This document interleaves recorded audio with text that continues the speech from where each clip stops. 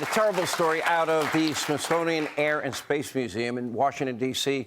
A group of Catholic school students, they were thrown out of the museum during their visit for the National March for Life, and they were thrown out for wearing hats that had a pro-life message on them.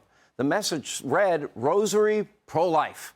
A mother of one of the students is claiming that they were asked to remove the hats or leave, and after explaining that the hats were used to identify each other and keep the group together as they were escorted, they threw them out of the museum. The museum did release a statement saying what happened is not in line with their policy and that they provided training to prevent this from ever happening again. And keep in mind, the Smithsonian receives over $1 billion of your taxpayer dollars a year. Here with reaction, he is leading up the case for the American Center for Law and Justice. He's their director, Jordan Sekulow, and one of the students thrown out of the museum, Patrick Murphy. Welcome, both of you. Patrick. Thanks, Sean. I'm fond of that name. That's my son's name. Okay, tell us what happened. Yeah, so we got done with the March for Life, and we decided to go to the Air and Space Museum. We walk in. It's a breeze. We go through in 30 minutes. We end up at the Flight Brothers Museum, or the exhibit. And at this time, we're dressed by two women in all black, presumably security guards, and they tell us indirectly, and they say, all people wearing a pro-life hat, take it off. And immediately we're confused.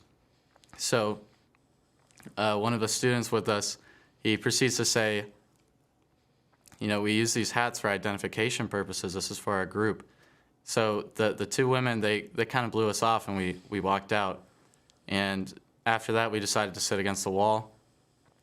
And we were approached by a large man as we were walking out because we had to catch our bus.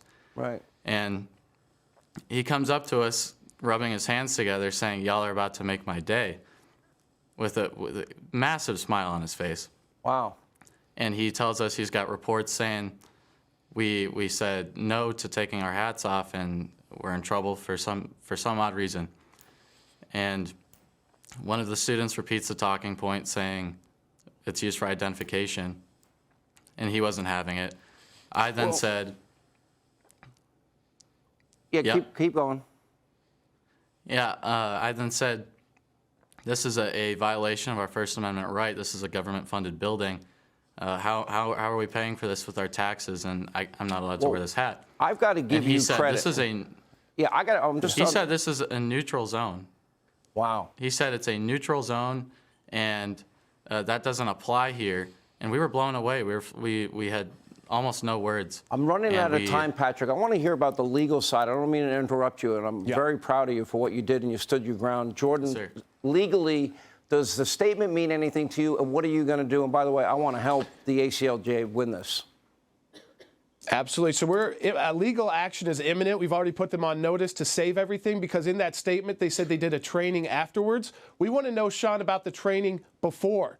And they didn't apologize to these students. They picked on the wrong students, as people can tell from Patrick. We're going to get to the bottom of it because we suspect now that we've gone public, we're going to hear from more people who attended March for Life who may have been harassed at other museums and told for some reason, you have to take your hat off. Of course, they would never do that. That's not the Smithsonian policy. You can wear what you want there. We're fighting back. And if you need help, aclj.org. We want to hear from you.